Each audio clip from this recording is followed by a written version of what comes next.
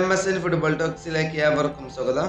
Brazilian കരുത്തന്മാരെ തോൽപ്പിച്ച് Chelsea FIFA club ലോകകപ്പ് ഫൈനലിൽ പ്രവേശിച്ചു.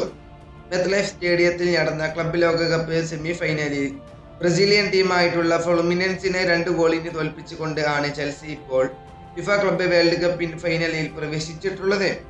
ബ്രൈറ്റണിൽ നിന്ന് 60 മില്യൺ പൗണ്ടിന് സൈൻ ചെയ്ത 23 വയസ്സുകാരനായ ബ്രസീലിയൻ സ്ട്രൈക്കർ ഇരട്ട ഗോളുമായി ഇന്ന് ചെൽസിയെ വിജയത്തിലേക്ക് നയിച്ചു. 18ാം മിനിറ്റിൽ മികച്ചൊരു അർവിൻ ഫിനിഷിങ്ങിലൂടെ പെട്രോ ചെൽസിക്ക് വേണ്ടി ലീഡ് നേടിക്കൊടുത്തു. എന്നാൽ രണ്ടാം പകുതിയിൽ എൻസോ ഫെർണാണ്ടസ് ഒരുക്കിയ ഒരു ആക്രമണം പൂർത്തിയാക്കി അദ്ദേഹം ലീഡ് ഇരട്ടിയാക്കി. ഇന്ന് ചെൽസി അവരുടെ പുതിയ ജേഴ്സിയിലായിരുന്നു ഇന്ന് കളിച്ചിരുന്നത്.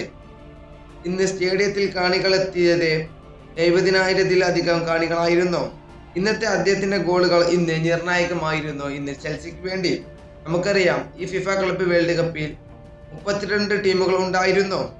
അതിൽ നിന്നുമാണ് ഇപ്പോൾ ചെൽസി ഫൈനലിലേക്ക് പ്രവേശിച്ചിട്ടുള്ളത്.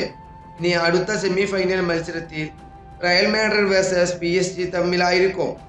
ഇനി ഈ ടീമുകളിൽ ആരാണ് വിജയിക്കുന്നത് അവരായിരിക്കും ഇനി ചെൽസിയുടെ അടുത്ത എതിരാളികൾ ഫൈനലിൽ. ഇന്നത്തെ മത്സരത്തിൽ ചെൽസി തന്നെയായിരുന്നു മികച്ച രീതിയിൽ കളിച്ചിരുന്നത്.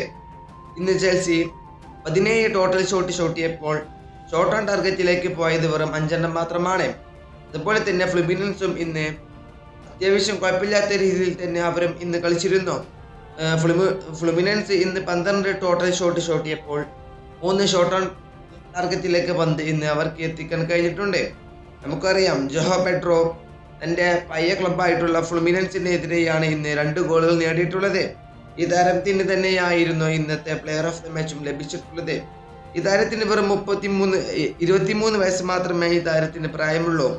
ഒരു മികച്ച കളിക്കാരൻ തന്നെയാണ് ജോഹോ പെഡ്രോ. ഒരു ബ്രസീലിയൻ കളിക്കാരനും കൂടിയാണ് ജോഹോ പെഡ്രോ. ഈ വീഡിയോ ഇവിടെ അവസാനിപ്പിക്കുന്നു. ഫുട്ബോൾ ലോകത്ത് കൂടുതൽ വിശേഷങ്ങളുമായി അടുത്ത വീഡിയോയിൽ വീണ്ടും കാണാം.